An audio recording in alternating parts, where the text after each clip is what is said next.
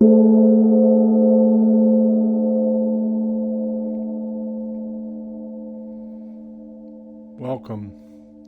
It's going to be a short intro. First, I'd like you to meet Bob. Bob hangs out with me here in the office. So with this, we're going to be covering a few things really quickly. It's about a half hour long. This is a companion piece to a 4 or 5 part series that we put together where we visited the Joliet prison, the Old Joliet Prison. It's severely haunted. We did a lot of exploration. We found quite a few things of interest there. At least 3 people actually gave us their names, ghosts or spirits, whatever you want to call them.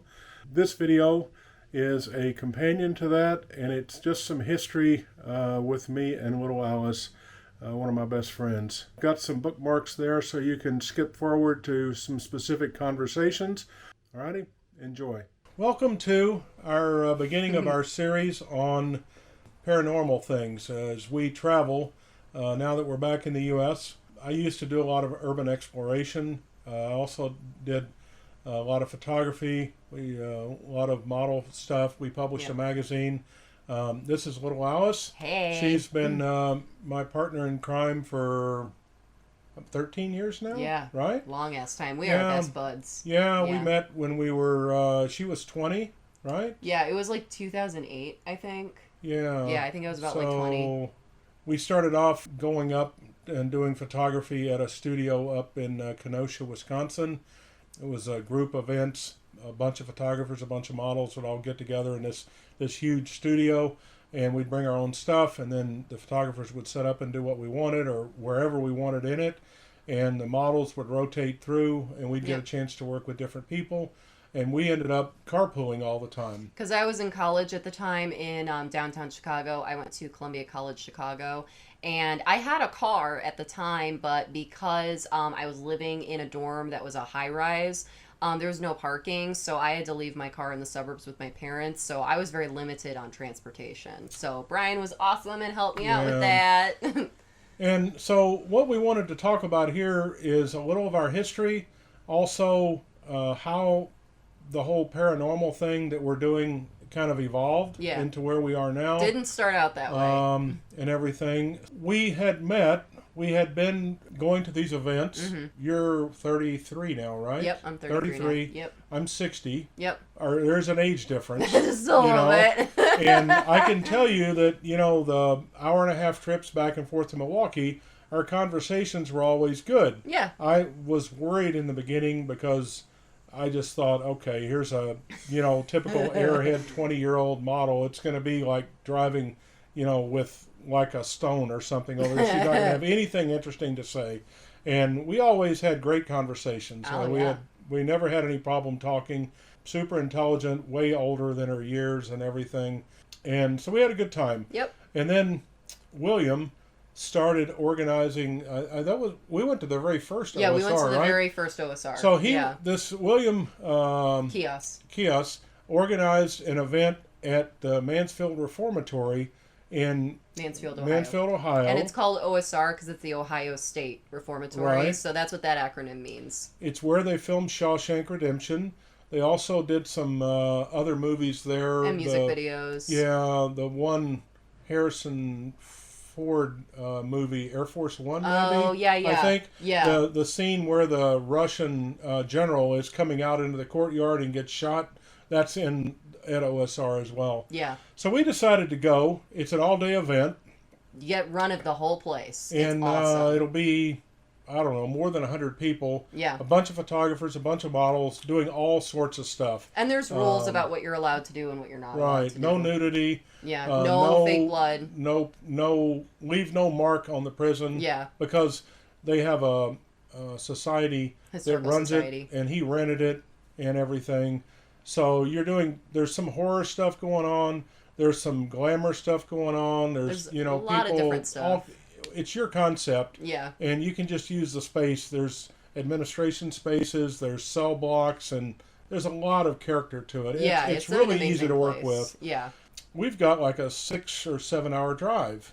It's a long drive, y'all. Yeah. It's a long drive. And I thought to myself, okay, the hour and a halves have gone pretty well, but shit, I'm going to be in the car with a friggin' like 22, maybe 21, 22 at Something the time. like that, yeah. And I'm thinking, oh my God, it's going to be like, okay, we're going to manage to talk for like the first hour or so, and then we're going to run out of shit to talk about. Stare at each other. And then it's going to be like, she's going to be telling me some like my Bubble imagination, head, yeah, whatever. who knows, whatever, right?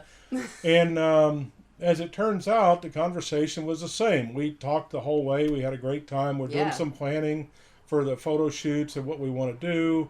And she's got like more clothes than any 12 people I know. Got 4 closets. Yeah, she's got more clothes and shoes. Matter of fact, one time I bought her, well, I didn't buy it. I had bought a suitcase for travel, but it was too big. It was literally one of these big, giant rolling suitcases that there's no way you could ever put clothes in it and put it on an airplane without it being way overweight, right? So I just said, here, take this, because one of her suitcases was like blowing apart with clothes in it. And I thought, oh, she'll throw that one away and she'll use this one. Next time I show up, this huge giant suitcase is full of all the stuff. Shoes. Yes. Shoes. Nothing but shoes. Yep. And that was only the beginning of her shoes. Yes. So anyway, so we're driving, and as we're going, she starts telling me, I see dead people. Yeah. And as you can imagine, I'm like, okay. And she's saying that, I see and hear things sometimes, like haunted places, and I see spirits, and I hear stuff, and I'm just thinking to myself, okay, this is my worst nightmare. Whack job in the car with me. How do I respond? I'm like, I'm trying to be polite and not, I don't want to piss her off because we've done so much work together and I like working with her, but I don't believe in it. I've never cared about it. I always just look at all those paranormal things as, they're a bunch of whack jobs chasing ghosts, and hokey pokey there's stuff. nothing there, and I thought, okay, whatever.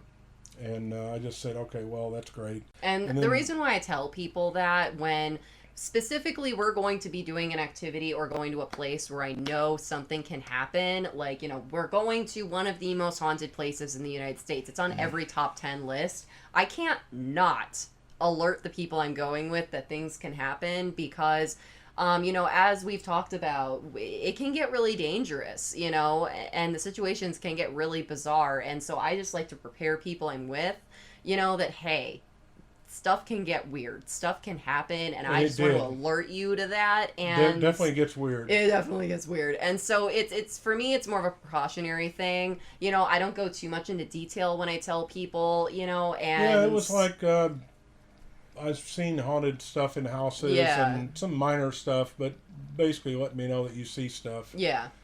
We get there. We had a blast. That was just the two of us, right? Yes. Ophelia didn't come to that She trip, came right? to the second one. The second one, right.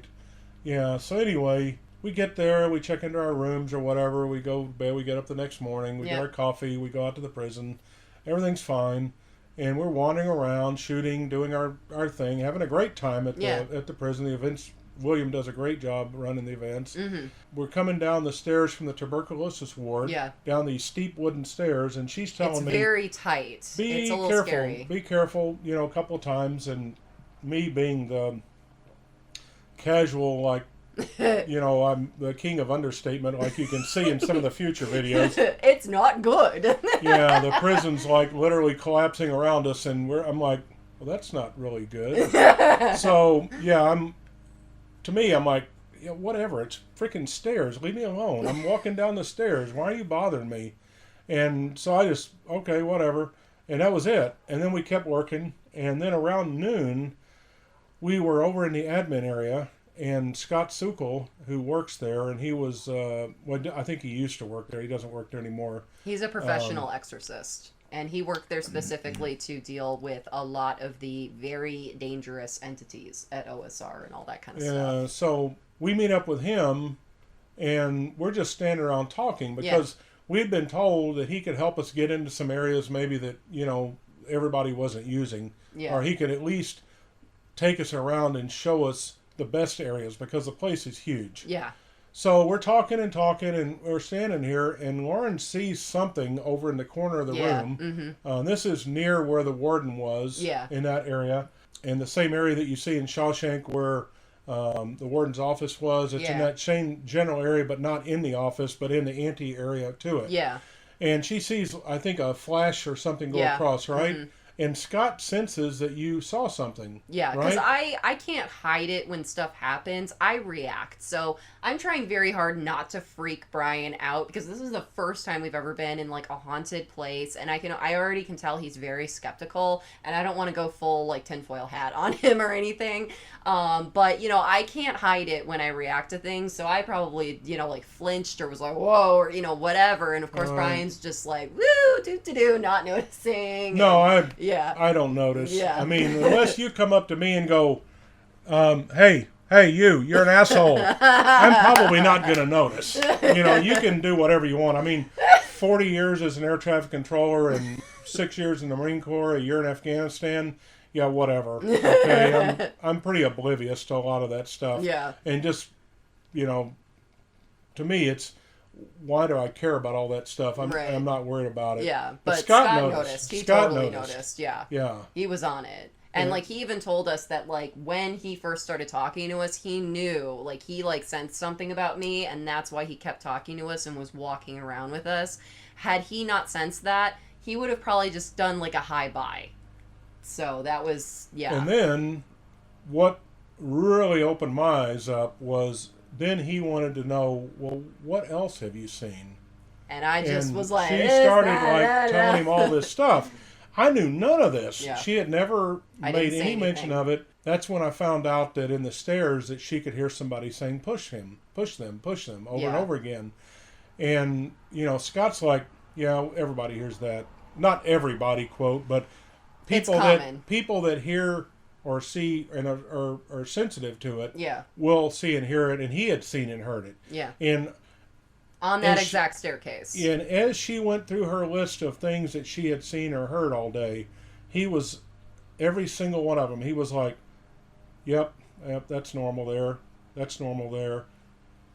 I've never heard that, but I know like other people that have come through that have experienced that same thing. And some of the things I would start to talk about a particular spirit or thing that happened, and he'd be like, oh yeah, in this room, or oh yeah, in that part of the prison. And I'd be like, yeah. Yeah.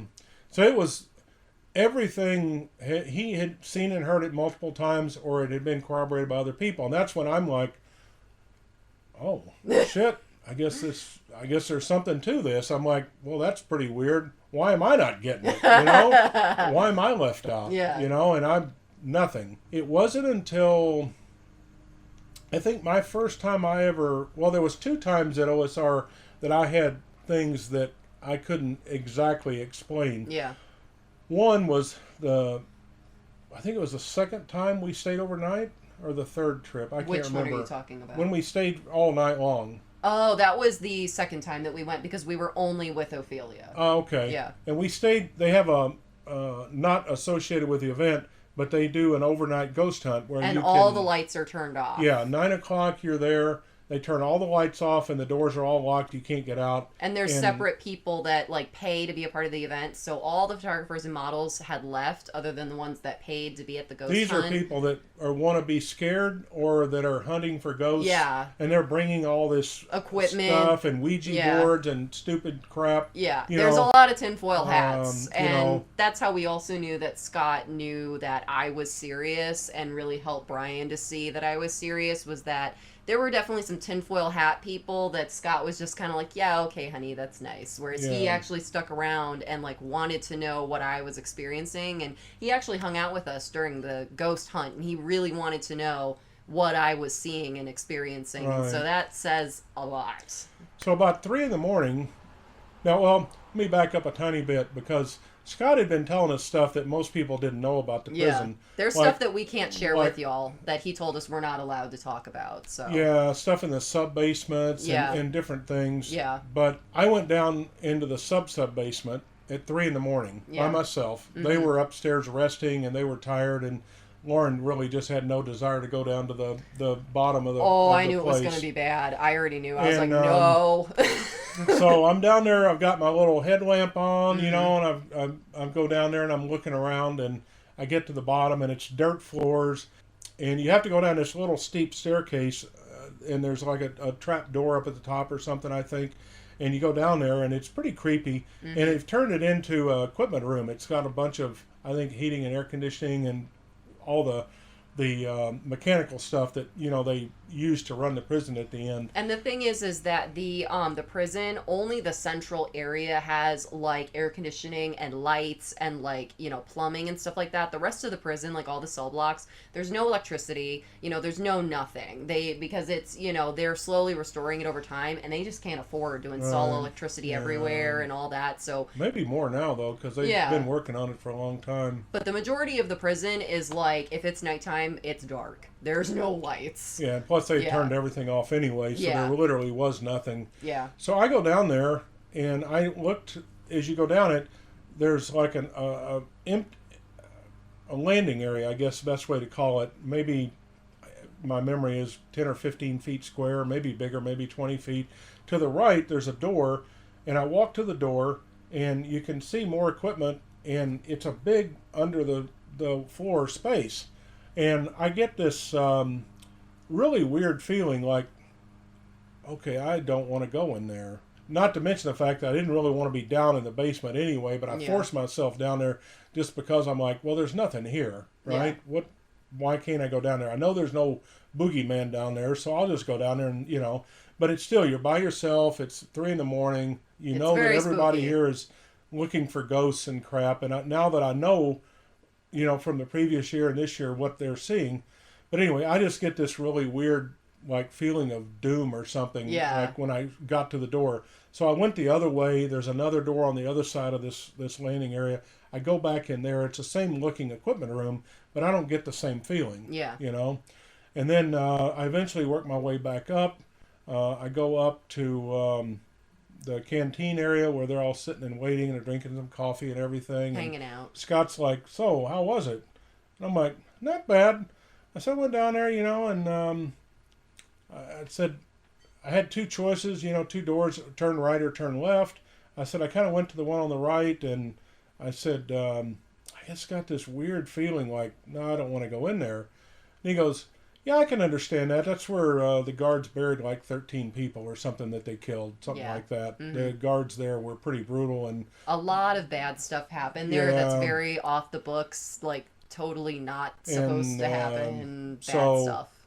You know, that area that I didn't want to go into is where they buried the bodies. And they're still there. You know. Yeah. So anyway, that was my first experience with sensing something out of the ordinary. Yeah. And it being corroborated by somebody else. Being some reason maybe for it to, you know, have that feeling. The next one was, I don't remember which of the years it was, but there's a model, Brooke. That was the third year. Yeah. That she was 16. She was a model that I'd worked with a number of times. And Cindy, her mom, who was always with her everywhere. Well, it's required for models that are under 18. They have to have a legal guardian with them. Yeah, well, they're supposed to. And Cindy was the best. I mean, she's awesome. If you're looking for a mom that'll protect her daughter but still have a good time with you, she was, the team of them was really amazing to work with. So Cindy wanted to go into the solitary area at OSR, but was afraid to. So I offered to go with her. I did not want to go. And I'd already been in there, and I'd already been in one of the solitary cells and had them shut the door on me. You made me go in there the first year, and I had a meltdown. But I'd gone in there and had them shut the door on me just to see what it felt like, which pretty weird. Yeah. Especially when they told us that they used to keep the heat on in the summer and stuff in there just to cook them to make them, you know, more subdued and more miserable.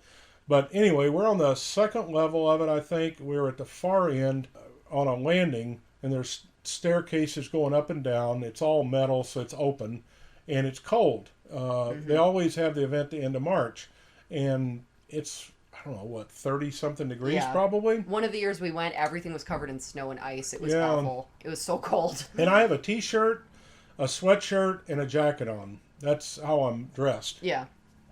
And it's cold, but I'm warm. I'm comfortable with 3 layers on. It's typically the photographers are all bundled up and cozy and toasty, and all the models are like shivering and cold. Yeah, or they have a big jacket and then they have to take it off to do the work. Yeah, and they're wearing pose as fast as you can. Yeah, or they freeze to death. Yeah. So I'm standing in the middle. Cindy and Brooke are over to the far side. We'd come down this side. We're going to circle back around. And Cindy turns around and looks at me and screams. And I'm like startled. I'm looking at her and I don't know why she's screaming. Right. I feel like this weird coldness on my back, like a chill or just cold. And you've never had that before. Never, ever. Yeah. And that's weird because I've got 3 layers of clothes on. Right. Mm-hmm. And she says, when she stops hyperventilating, she says, I could see a hand on your shoulder and a face hovering right behind you. Where he felt cold. And I'm like, whoa, that's weird. Yeah. Other than the cold, I didn't sense anything. And I still don't know to this day if I got the chill, the coldness because I was startled or because there was something there. Because as you've told me, if an entity gets close to you like that, you could feel cold from it. Right, yeah. Right? That if they like get really close to you or if they touch you, that it's usually very like ice cold. Like you suddenly, for no reason, no reasonable explanation, like feel a coldness. Yeah. And Sydney's also the kind of person where she's not just gonna get all spoopy, let's just scream about nothing. She's a grown woman. Like, she has no reason to act like that. Like, she was genuinely terrified. And she was scared to be in there. Yeah. But it's not like she made it up. No. It's just something she happened to see when she turned around. Yeah. Which is odd. I think after that, she didn't really want to do too much. The only other thing, and it didn't happen to me, but with Brooke, we were in one of the basements, remember? Yeah, I remember and Brooke that. fainted. Was bad. She was terrified. She was terrified down there in that one of the weird basement areas. Yeah, all 4 of us were there. She fainted, and I went down like a ton of bricks. Yeah. Yeah, and then we got out of there. That was a bad area. It was okay. Everybody out. Round up the troops. Yeah. Bye-bye. We're out of here. Yeah, that was pretty weird. Yeah. That's kind of our history with it. Most of it was at OSR. We're hoping to do a lot more stuff in the future. Filming, exploring, etc. We have a couple of things maybe lined up that we're working on. Obviously, this is tied to the Joliet Prison videos, which there's going to be probably 4 or 5 of them that you're going to see. And those videos you're going to see, and this is hopefully kind of the style we'll try to do. Maybe we can get better at it in the future, but we're going to do a live video while we explore, and then after the fact, we're going to sit down and the significant points of it, we will do like little discussions of it to give you some more context to it, and then you can make of it what you will. Mm-hmm. We're definitely looking for comments on everything. Yeah. We'd love to hear your feedback, even suggestions, if you know somewhere that we could go and wander. Up. That would always be fun, right? Yeah.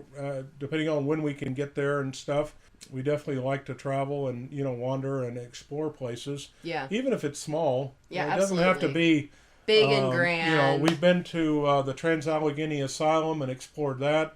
Lauren had a small ghost child, wandering around, following her and pointing out artwork on the wall that she had drawn there, which was pretty creepy. Yeah. But that place was depressing. It was very different, and we talk about that a little bit in the Joliet Prison video, that the types of events that happen at a location really influence what kind of experiences you're going to have there. So of course OSR is one of the most dramatic, violent, hot places that we've ever been, but that's because it's this prison that's been open for a very long time. There was a lot of under the bar stuff that happened that just was totally not legal craziness. And then also the history of that it was built by the Freemasons, so there's a lot of spooky stuff going on with that. Like there's the room with the 2 beams of light and they create an X on the floor, and there's just a lot of weird stuff like that kind of really elevated. Definitely built to the Mason specs. There's a lot of that power center in it that Lauren and Ophelia and other people, it's in a closet. We don't like it. Beneath the power center in the building, where that the way it was built, and they didn't want to go in that room No. at all. It was just a little closet, but it was, That is a no. That is a yeah. hard no. So it's a Yeah. lot of interesting stuff, and we're hoping to go back to OSR in the next year or two. We're trying to organize it now. Definitely, if there's another photography event that gets organized, we're going to be there to film Yeah. and do this as opposed to the model work. We're not really Yeah. working on that anymore right now. Because how it's evolved over the years is, we started off with just us doing like, photography stuff together. And then over the years, we added more people to the mix, especially after we created Cloud Orchid Magazine, which was an alternative fashion magazine that we published together. And we actually put together like full photography editorials. So it was kind of like a double whammy thing where we would go to OSR and do a lot of the spooky, but we'd also do these like high fashion, like, photography But that was just like things. that was just what was happening while we were shooting Right. the series. Yeah. And I'm not like a single photo type person. Yeah. I typically shoot like a series, so it's more of a concept series Yeah. that I will do. And Lauren's a writer. Mm-hmm. She's a professional writer. She's got multiple books published, and We're up to we've 30 got now. we've got 30 of them on Amazon that we've done that are either her writing or a collaboration of photography, poetry, and Artwork. writings and stories between the two of us. Mm-hmm. She's also got a couple of books, one published with another publishing company, one that's about to be published in the UK, Mm-hmm. and we're constantly working on that as well. So that's like another thing that we're always working on. So basically, Cloud Orchid Magazine evolved into Cloud Orchid Publishing, where we've been creating these like books because we love creating art. We love expressing ourselves through different mediums. So that's a big part of it, to kind of combine those things together. And that's part of what's evolved our friendship too, and our friendships with the other people we would go on these adventures. Y'all have heard us talk about Ophelia a few times. We were like a modeling duo. We would model together a ton, and she came with us to most of the OSRs. And we also had Seth, was another one of good model friends, and they would come with us on these adventures. And it got to the point where we called it the caravan, where we had multiple cars of people, and we had trailers, and we had added other locations, and it became like a whole production. It was really, really cool. It was such an awesome time. Yeah. And now we've added Maria to the mix to come along with us and torture her and the craziness that goes on. So anyway, I think that gives people some background about where we're at and what we're up to with this. This is going to be like a side shoot of our travel stuff. We're also maybe going to be throwing in some cooking stuff because Maria's a really exceptional baker. I would call chef in the kitchen, but she loves to bake cakes, breads, things like that. That's I think, her real passion. But we may be doing some videos about some of that as well. And just life in general now, and trying to figure out how to navigate this new world after COVID. Mm-hmm. We would really prefer to be traveling overseas, but right now we don't feel safe doing that, even though we're vaccinated. 2020, we were in Portugal right before everybody locked down in March, and that year alone, trips that were canceled were 3 weeks in May in Italy. We had that all planned out. In July, we were going to be in Poland, Latvia, Lithuania, and Estonia for a couple of weeks, traveling by train, concentration camps, and just wandering through the cities. Then we were going to come back to the States, Chicago, New Orleans, and whatnot, I think in the fall. And then our more exotic one was going to be Bhutan in December. So soon as we feel comfortable and it's safe, we're going to be, overseas again. But we also are going to be exploring all over the U.S. And I've got Lauren here now doing some other types of exploration. So you'll occasionally see her in the videos, in and out, different types of things. Some of them will be haunted, some won't. Just, doing adventures. So we're going to just have some fun. Yeah. And as, I've told Bryan in the past, and, what I've always said when people ask me about, my experiences with the paranormal and stuff, I only, know what I've personally experienced and what, the experiences of people that I personally know and trust have had. Beyond that, I don't know. I'm just as speculative about, things. And, I always take a big heaping dose of skeptical and common sense and all that when doing all these explorations. Because I want to present evidence that's as pure as possible, that when I have an experience, that I want to show that it's, this is stuff that's happening. I'm not making anything up. And a big thing that I do with when we go on these trips, if it's a location I've never been to, I research nothing about it in advance. I know nothing about it. Bryan loves researching it in advance, which is helpful because like with the Joliet prison, he was like, hey, I just want to let you know that Wayne Gacy was one of the prisoners at, the prison, and that there's a lot of these stories of him like following women home and like bad stuff happening. So he lets me know if there might be something that might be like a problem, like something we need to be on our guard for, be on the lookout for. But other than that, I like to go in with a fresh slate so that any information I get can't possibly be clouded by information that I potentially already know about the location.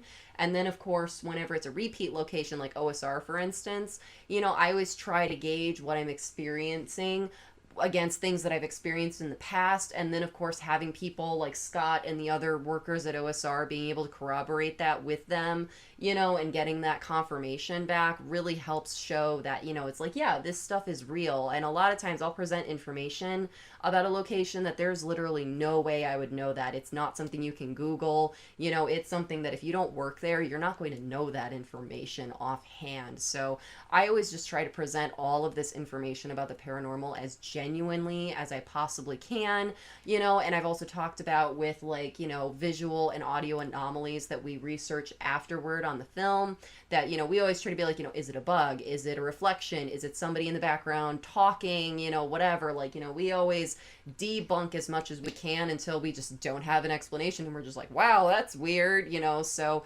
it's very much, I want to present this because I'm also learning too, because I've experienced this ever since I was a young child, seeing things that other people don't see, hearing things that other people don't hear. And it is, it's very scary, as a kid, that you kind of learn really fast. You can't really just tell people those things because they'll think you're nuts. And, it's a little bit scary to deal with. And so going on these adventures has helped me just as much because I've learned a lot about myself and about my abilities and being able to use them in a helpful way, honestly, being able to gather this information and, just helping myself to better learn about what it means to be a person who has these sensitivities and has these experiences. So, yeah, I mean, it's been an awesome journey. It's better, too, when you're traveling with people that you can trust. Exactly. That you know that they're going to be there. Yeah. They're not going to, disappear and leave you stranded or whatever if something happens. That's rule number one. You're not allowed to wander off, which Bryan breaks all the time.